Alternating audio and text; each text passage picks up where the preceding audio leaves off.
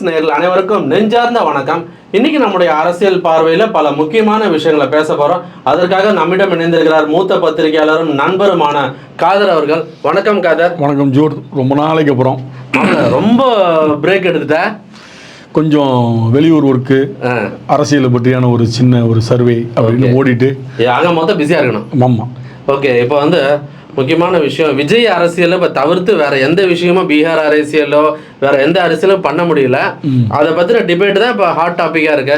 இப்போ முன்னாள் அமைச்சர் உதயகுமார் அதிமுகல இருந்து விஜயை அவங்க திமுக மீண்டும் ஆட்சிக்கு வந்தால் அவரை கடவுளால கூட காப்பாற்ற முடியாதுன்னு சொல்லியிருக்கிறாரு. விஜயை காப்பாற்றவே முடியாது அப்படின்ட்டு இருக்காரு. அது என்னன்னா இன்டைரக்டா விஜயை மிரட்டுறது, இன்டைரக்டா விஜயை மிரட்டுறது. நீ எங்கள் கூட்டணிக்கு வந்தனா நம்ம ஜெயிச்சு ஆட்சிக்கு போயிடலாம், நாங்கள் உன்னை சேஃபாக பார்த்துப்போம். நீ வரல அப்படின்னா திமுக வந்துடும். அது அப்போ அவருக்கு நல்லாவே தெரியுது நம்ம கூட்டணி ரொம்ப வீக்காக இருக்குது, திமுகவுக்கு தான் சாதகமாக இருக்குன்றத அவர் ஒத்துக்கிறார். உதயகுமார் ஒத்துக்கிறார். அதே நேரத்தில் விஜய் வந்தால் நம்ம கொஞ்சம் பவர்ஃபுல்லாக இருக்கும்னு இப்போ இவ்வளோ நாளாக கெஞ்சிக்கிட்டு இருந்தாங்க வந்துருவாருன்னு. இப்போ கொஞ்சம் இன்டைரக்டாக மிரட்டுறாங்க.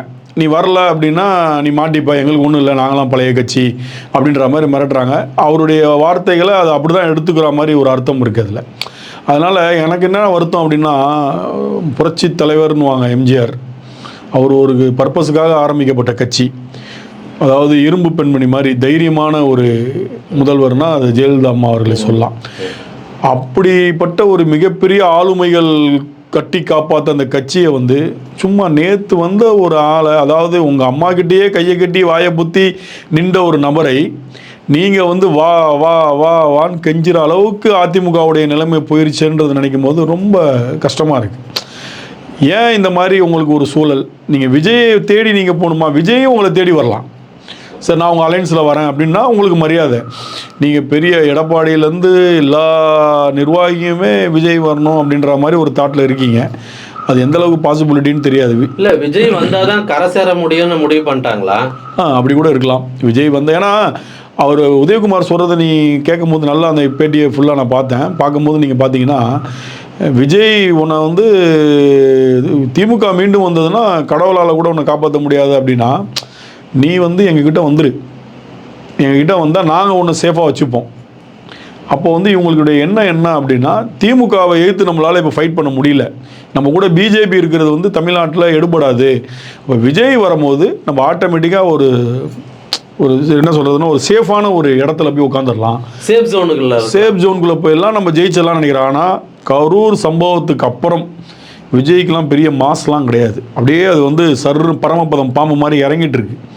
ஃபஸ்ட்லாம் ஒரு நிறைய பேர் விஜய் இந்த கூட்டத்தை பார்த்து இருந்தாங்க. இப்போ ஒரு 30 வயசுக்கு மேலே உள்ளவங்கலாம் வெறுப்பாக தான் பேசுகிறாங்க. நானே நிறையா ஊருக்கு போனேன், என்னங்க இது கொஞ்சம் கூட அந்த பசங்க கட்சிக்கார இன்னும் அவங்க எல்லாம் ரசிகராக இருக்காங்க. அதுதான் விஜய்க்கு பிரச்சனையே.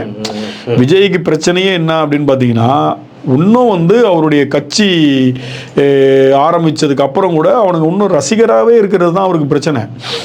தொண்டராக மாறினா மட்டும்தான் விஜய் அரசியலில் சாதிக்க முடியும். கரூர் பிரச்சனை ஒரு சின்ன எக்ஸாம்பிள். ஏங்க நீங்கள் எல்லாம் ஓடி போயிட்டீங்க, ஒருத்தன் கூட ஃபீல்டில் இல்லையே. எந்த அரசியல் கட்சியுமே அப்படி போலையே. தலைவன்னா நிற்கணும் ஸ்பாட்டில். சரி போலீஸே சொன்னாங்க போயிட்டு ஒரு 3 நாள் கழிச்சு வரலாமே. நீங்கள் இப்போ ஆர்டர் கொடுக்கணும், பர்மிஷன் வாங்கணும். உங்களுக்கு யாருங்க பர்மிஷன் கொடுக்கணும்?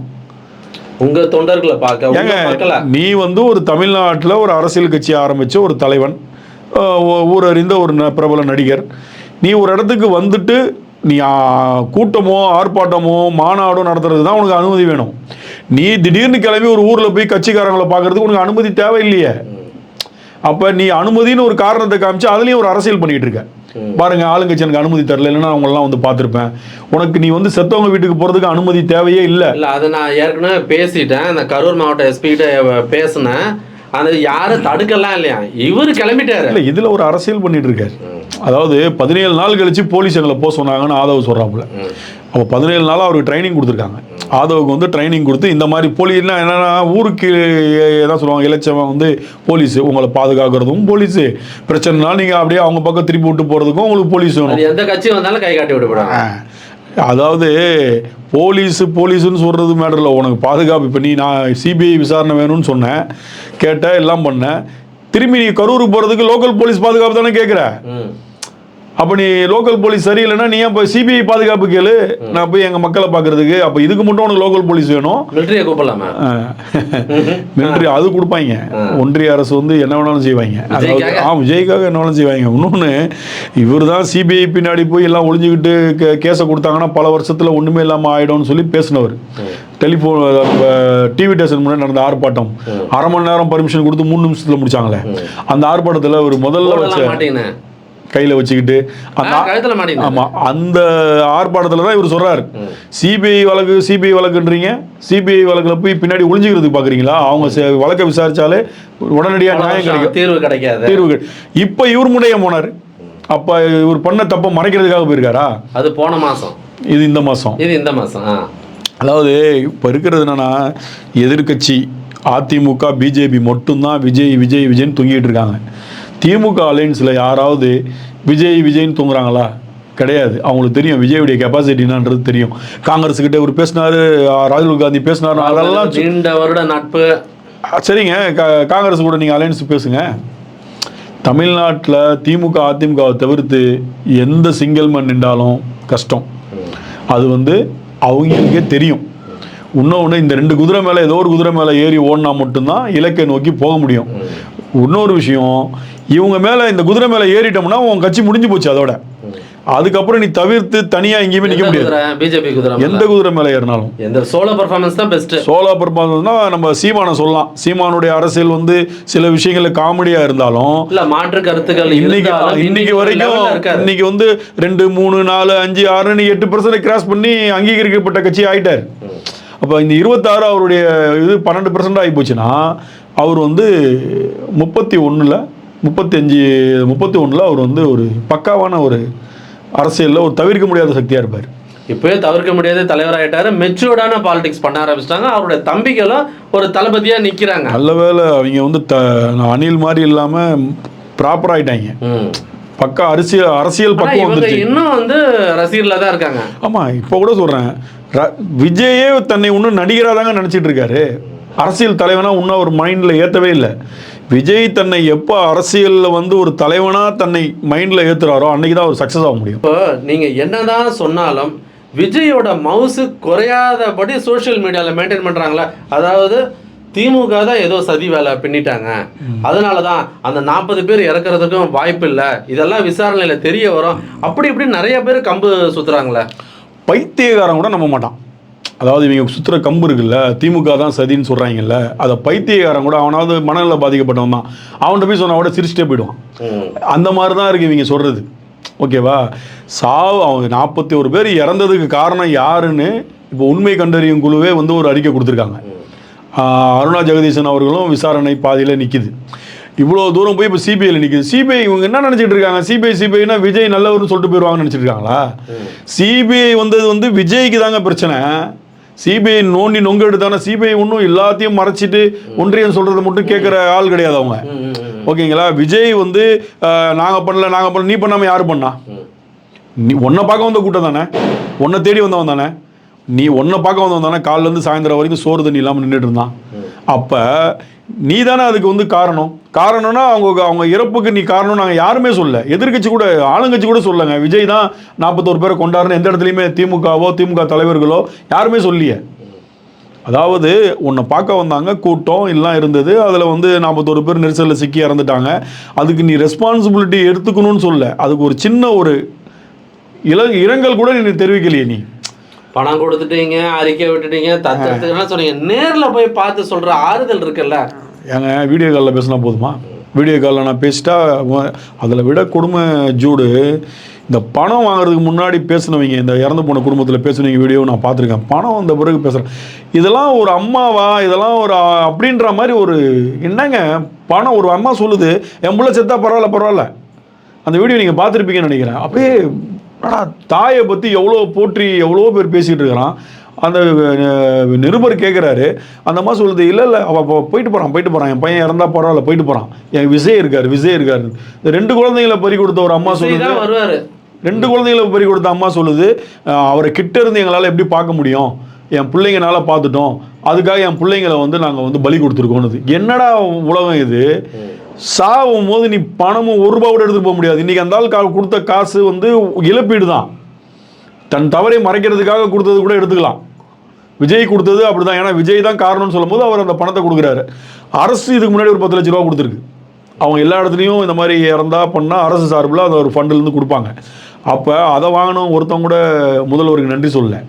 20 லட்ச ரூபா வாங்கினோன்னே அவன் சொல்கிறத பார்க்கும்போது ஒருத்தன் பேசுகிறான், நாங்கள் வந்து எஸ்சியாக இருந்தனால ஷெட்யூல் கேஸ்ட், அதனால் எங்களை வந்து ஃபோனில் பேசலை, எங்களை பார்க்கலன்னா ஒரு தம்பியை இழந்தவன் இன்றைக்கி சொல்கிறான். அந்த பேசுகிறத பார்க்கும்போது நாங்கள் வந்து நான் அடுத்து என் தம்பி போயிட்டான், இப்போ நான் இருக்கேன், இறங்கி வேலை செய்வேன். அப்போ இந்த நரம்பு இல்லாத நாக்குன்னுவாங்கல்ல, நான் வந்து இறந்தவங்களை யாரையுமே குறைந்த மதிப்பிடலை. ஒரு ஆக்சிடென்ட் மாதிரி இறந்துட்டாங்க. அந்த குடும்பம் வந்து ஆரம்பத்தில் எப்படி பேசுனாங்க, இப்போ நீங்களே ஸ்கிரிப்ட் கொடுத்து பேச சொன்னீங்களான்னு தெரியல. ஸ்கிரிப்ட் ஏன்னா அந்த அம்மாவுக்கு பதட்டமாகவே பேசுது. அமௌண்ட் வந்து ஒரு 20 லட்ச ரூபா வந்திருக்குங்க, அது கொடுக்க வேண்டியது அவரோட கடை. இப்போ நான் மறுபடியும் சொல்கிறேன், 20 லட்ச ரூபா இல்லை 2 லட்ச ரூபா 2 கோடி கூட கொடுக்கட்டுங்க. நேரில் போய் ஒரு சொல்கிற ஆறுதல் என்ன இருக்குது? ஒரு சந்தோஷமான வீட்டில் கலந்துக்கிறத விட ஒரு துக்க வீட்டில் கலந்துக்கணுன்றது நம்ம தமிழரோட பண்பாடு. வீட்டில் சொல்லி கொடுத்துருக்காங்க. அதாவது பண்பாடுன்றதை விட ஒரு தலைவனுக்கு இது அழகல்ல. நீ சாதாரண தொண்டனே இருந்தால் கூட போய் பார்க்கணும். ஒரு சாவு ஓடி போனது எப்படின்னா பிரச்சனை இவ்வளோ பேர். அவருக்கு வந்து ஏர்போர்ட் போய் உள்ளே போகிறாரு இல்லையா, அப்போ நிருபர்கள் சொல்லும் போது தான் அதுக்கு முன்னாடி வரைக்கும் ஒரு 10-15 பேர் இறந்துட்டாங்கன்ற மைண்ட் செட்டப்பில் தான் போகிறாரு. 30 பேர் இறந்துட்டாங்கன்னும் போது தான் அவருக்கு அப்போவே திக்குனுது. இங்கே ஏர்போர்ட்டில் ஒரு ரிப்போர்ட்டர் சொல்லுவாங்க, ஏங்க 30 பேர் இறந்துட்டா நீங்கள் எதுவுமே சொல்லாமல் போய்கிட்டு இருக்கீங்க அப்படின்வான். அப்போ அவர் அப்போயாவது என்ன பண்ணியிருக்கணும்னா, சென்னை போயிருக்கக்கூடாது, திருச்சி போய் தங்கியிருக்கணும். திருச்சி போய் தங்கிட்டு 1 நாள் 2 நாள் இருந்துட்டு நான் போய் என்னான்னு பார்க்குறேன், இல்லை சாவில் போய் நான் ஏதோ ஒன்று மேலே தப்பு இல்லைல்ல. நான் என்ன சொல்கிறேன், அன்றைக்கி பிரச்சனையை டைவெர்ட் பண்ணி விட்டீங்கல்ல. செந்தில் பாலாஜி எப்படி வந்தார், ஏன் விஜயபாஸ்கர் எப்படி வந்தார்? செந்தில் பாலாஜிக்கும் விஜயபாஸ்கருக்கும் 2 நிமிஷம் தான் வித்தியாசம். அப்போ ஏன் நீங்கள் அதிமுகன்னு சொல்லல, பிஜேபின்னு சொல்லல, திமுக மேலே மட்டும் சொல்றீங்க? அதாவது மனசு காயப்பட்டிருக்குன்றாங்க. ஏங்க மனசு காயப்படதாங்க செய்யும். காயப்படுறதுக்காக நீ சாப்பிடாம தூங்காம இருக்கியா? யாரும் பேச மாட்டாங்க. ஆதவ அர்ஜுனாவாக இருக்கட்டும், புஷியாவாக இருக்கட்டும், அந்த ஐஆர்எஸ்லேருந்து வந்தார் அவராக இருக்கட்டும், யாருக்குமே வந்து மக்கள் மீது ஒரு பெரிய அக்கறை கிடையாது. நீ அரசியல் கட்சி ஆரம்பித்து சும்மா அந்த லைட்டை ஆஃப் பண்ணி வேனில் சின்ன பிள்ளைங்க மாதிரி விளாண்டுட்டு இருக்கான் அந்த மனுஷன். இன்னொன்று நீனே பக்குவப்படல, அப்புறம் உன் தொண்டர்கள் எப்படி பக்குவப்பட்டிருப்பானுங்க? இப்போ இந்த சம்பவம் எல்லாம் நடந்ததுக்கு பிறகும் திமுகவை காப்பாற்ற முடியாது. விஜய் அசுர வளர்ச்சியில் இருக்கிறாரு, அவர் வந்து மொத்த தமிழக அரசியல புரட்டி போட்டுறாருன்னு இன்னும் வந்து இந்த பனையூர்ல நீங்க சொல்றது.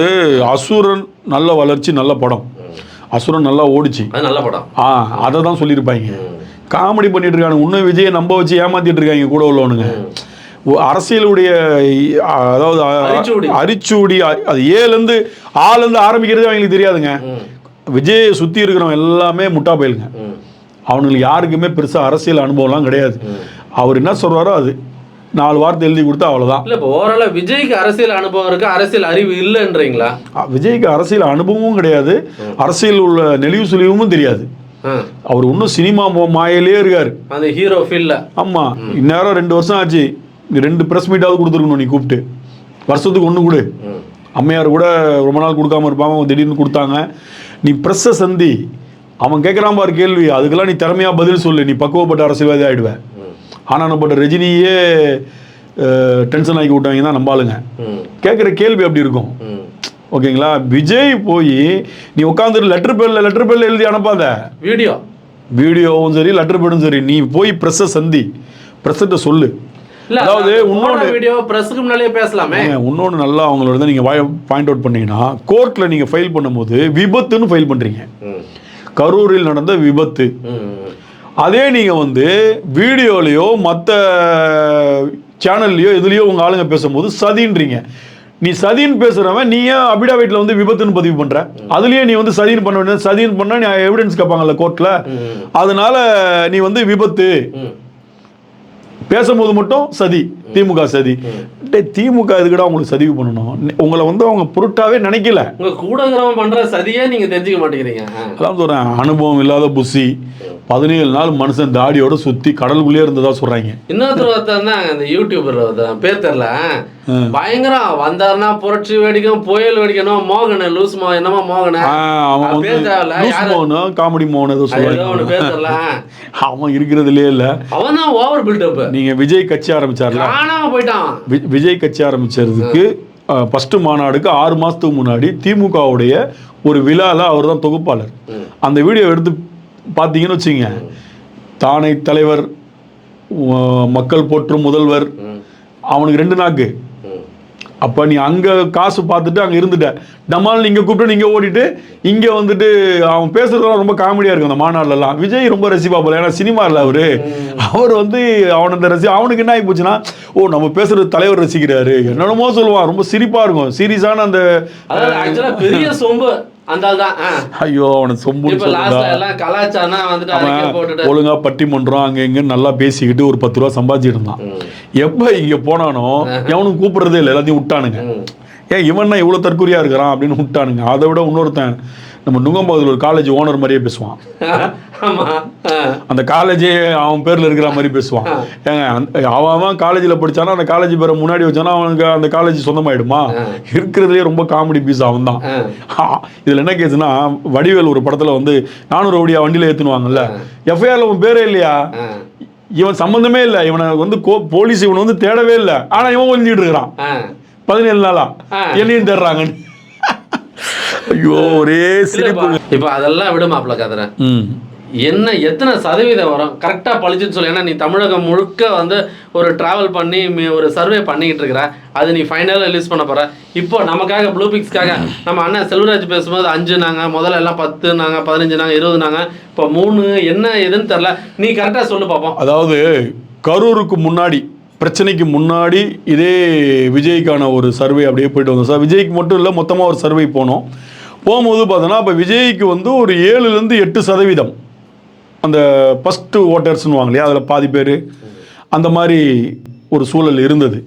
கரூருக்கு அப்புறம் இப்போ நான் போயிட்டு வந்த அந்த 15-20 நாள் டூர் பார்த்தீங்கன்னா அதிகபட்சம் 3-5% மேலே தாண்டாது. அவ்வளோதாங்க, அதுக்கு மேலே கிடையாது. நீங்கள் வேணால் எலெக்ஷனில் பாருங்கள், தனியாக நின்றாருன்னா 3-5% மேல் விஜய்க்கு கிடைக்க வாய்ப்பே கிடையாது. ஓகே, இனி வரும் காலங்கள் வந்து விஜய்க்கு வந்து டஃப்பான பீரியடாக இருக்கும், திராவிட கட்சிகளுக்கு டஃப்பான பீரியடாக இருக்கா இல்லையான்றது வரும் காலம்தான் பதில் சொல்லும். விஜய் வந்து இன்னும் அவருக்கு டைம் இருக்குல்ல, டைம் இருக்கு.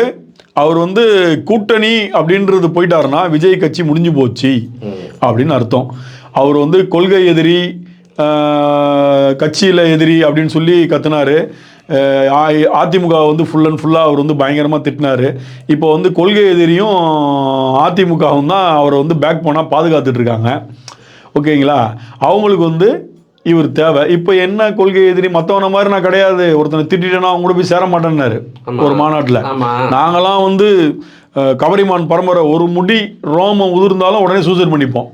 இப்போ யாருக்கு பின்னாடி நின்றுட்டு இருக்காருன்னு அவருக்கு தான் கேட்கணும். ஓகேங்களா, ஏன்னா முதல்ல சிபிஐ திட்டினவரே இப்போ சிபிஐ கிட்ட போய் நின்றுட்டு இருக்காரு, அதுலேயே அவுட்டு ஃபர்ஸ்ட் பேசுனது. இப்போ அதிமுக எடப்பாடி பிரச்சாரத்தெல்லாம் இவங்க கொடியெல்லாம் ஆடிட்டு இருக்காங்க. யார் தாவேக்காவினர் கொடியெல்லாம் வருது, அது அப்புறம் அதிமுக தொண்டர்களே பிடிச்சாங்க, இவங்க பிடிக்க சொன்னாங்கன்னு ஒரு போயிட்டு இருந்தது. 2வது இவர் அந்த கரூரில் வந்து சொல்கிறாங்க இல்லையா, 64 ட்ரோன் பறந்துச்சுன்னு, ஜனநாயகம் படத்துக்கான ஷூட்டிங் அங்கே நடந்தது அப்படின்றது ஆணித்தரமாக அது நக்கீரன் கோபாலன் வந்து சொல்லியிருக்காரு. அது வந்து 99.9 உண்மைன்னு தான் நம்பத்தகுந்த வட்டத்திலேருந்து தகவல் வருது. ஏன் ஒரு விஷயம்னா, இன்னொரு விஷயம் இல்லை, உள்ள வந்து டைரக்டர் வினோத் இருந்ததாகவும், ஏன்னா ஒரு ட்ரோன் போடலாம், 4 ட்ரோன் போடலாம், 14-15 ட்ரோன் போடுறாங்க. அதாவது top and high and model போட்டு எடுக்கிறாங்க. ஏன்னா என்னதான் ஜூனியர் ஆர்டிஸ்ட்டை கூட்டின்னு வந்து தலைவா விஜய் அப்படின்னு கத்துனா அந்த ஃபீல் வராது.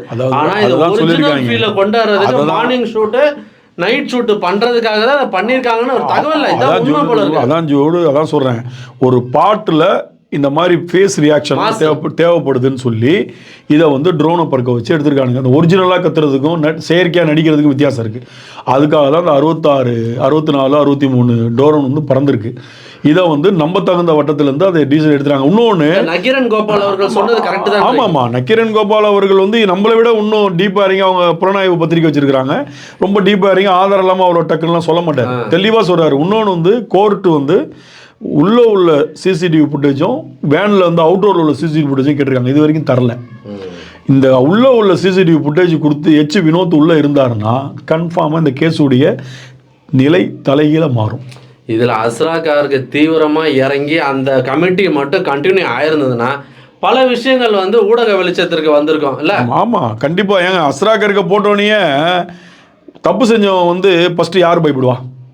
அஸ்ராக்கருக்கு வந்துட்டோன்னே திமுக வந்து இல்லை கோர்ட்டில் போட்டு அஸ்ராக்கருக்கு வேணா வேறு அதிகாரி போடுனா சரி, திமுகவுக்கு பயம் வந்துருச்சுன்னு சொல்லலாம். அஸ்ராக்கருக்கு வேணான்னு கொண்டு போய் நீ தான் ஃபைல் பண்ணுற சுப்ரீம் கோர்ட்டில். ஆமாம், அந்த எஸ்ஐடியே நீ கலைக்கணுன்ற.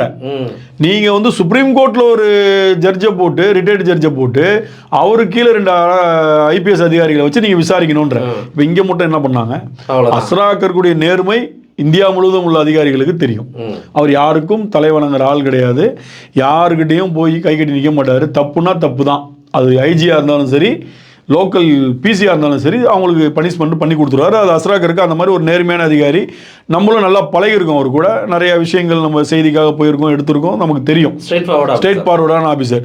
அப்போ அந்த ஆஃபீஸரை நீங்கள் நம்பலன்றது உங்கள் மேலே ஏதோ ஒரு பிரச்சனை நடந்திருக்கு, உங்க மேல தப்பு இருக்குன்னு தான் அர்த்தம். அப்ப நீங்க எங்க போறீங்கன்னா பிஜேபி பின்னாடி போய் ஒளிஞ்சுக்கிறீங்க. நீங்க காப்பாத்துங்கங்கள, பிஜேபியுடைய வேலையா தானே. யார் வந்தாலும் அந்த வாஷிங் மிஷினில் போட்டு துவைச்சவங்கன்னா நல்லவன் ஆயிடுவாங்க. துவைக்கிறதுக்கு முன்னாடி வரைக்கும் அவன் கெட்டவன். இப்போ இவனுக்குன்னு ஒரு நல்ல வாஷிங் மிஷினை ரெடி பண்ணி விஜயை உள்ள போட்டு முக்கிய எடுத்தாங்கன்னா முடிஞ்சு போச்சு. அவ்வளோதான். விஜய் மாதிரி நல்லவர் யாரும் இல்லை. கரூர் சம்பவமே நடக்கல. கரூர் சம்பவமே இது வந்து அவங்களே கீழே விழுந்து அவங்களே செத்துக்கிட்டாங்கன்றவாங்க லாஸ்டா. இது மாதிரி காமெடி கூட நடக்கிறதுக்கு வாய்ப்பு இருக்கு. அதனால மக்கள் வந்து தெளிவாக யோசிங்க. நம்ம விஜய் மேலே நம்மளுக்கு ஒன்றும் காழ்ப்புணர்ச்சிலாம் கிடையாது. நீங்கள் அரசியல் பண்ணால் தமிழ்நாட்டில் நல்லபடியாக அரசியல் பண்ணுங்கள், எல்லாருக்குமான அரசியல் பண்ணுங்கள். நீங்கள் இன்னும் சினிமா நடிகராகவே இருந்தீங்கன்னா அரசியல் பாடம் போய் யார்ட்டையாவது கற்றுக்கிட்டு வாங்க.